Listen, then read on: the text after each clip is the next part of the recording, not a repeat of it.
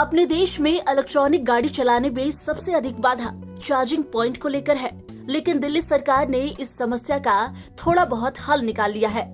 दिल्ली सरकार ने अपने सिंगल विंडो फैसिलिटी के तहत राज्य में पहला private electronic vehicle charging point स्थापित किया है। यह दक्षिणी दिल्ली के रहने वाले एक व्यक्ति के घर में इंस्टॉल किया गया है। पिछले नवंबर में शुरू की गई सिंगल विंडो सुविधा का उद्देश्य शहर में निजी और अर्ध सार्वजनिक स्थानों जैसे अपार्टमेंट, ग्रुप हाउसिंग सोसाइटी, अस्पताल, मॉल और थिएटर में चार्जिंग इंफ्रास्ट्रक्चर के तेजी से विस्तार की सुविधा देना है। BSES डिस्कॉम, BRPL और BYPL के ग्राहक ऑनलाइन सिंगल विंडो पोर्टल के जरिए इस सुविधा का लाभ उठा सकते हैं। वे पैनल में शामिल विक्रेताओं के माध्यम से अपने घरों, group housing society, apartment complex, office और कॉमर्शियल दुकानों पर EV चार्जिंग पॉइंट इंस्टॉल कर सकते हैं।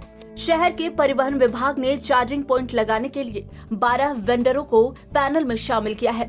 जानकारी मिली है कि सिंगल विंडो सुविधा के माध्यम से सरकार आवेदन जमा करने के केवल 7 दिनों के भीतर चार्जिंग स्टेशनों को स्थापित कर और संचालित करने में सक्षम होगी।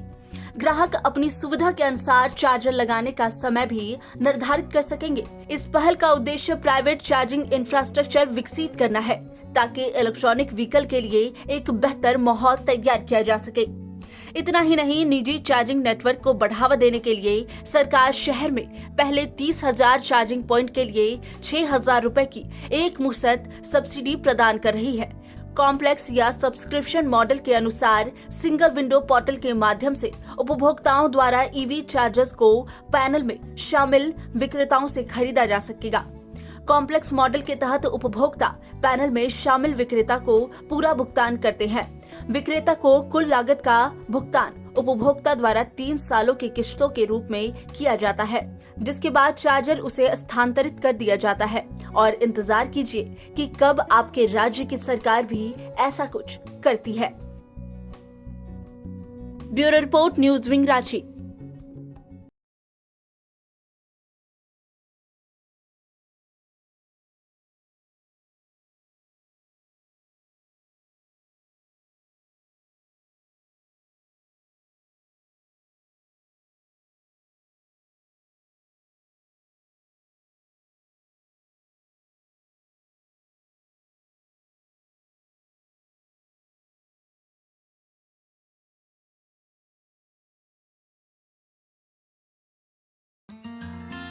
Giridih is a small place, and we have like very less facilities in terms of education and this kind of infrastructure. It came to our mind that basically there should be good opportunities for the students of Giridih, those who are leaving the town and going outside for studies, their higher studies and their education. I wanted my son to start with the coding classes, so I researched it online. I got through all the reviews and everything. Then I got in touch with the White Hat representatives, and I was very happy with the progress and all how he was doing. So then I thought that why not to implement it in our school so that all the students are able to learn this thing. I started coding because we can make our thoughts real. We can interact with the computer. White Hat Junior is helping me to create a web browser. And I think on this part, White Hat is actually leading, on this coding platform.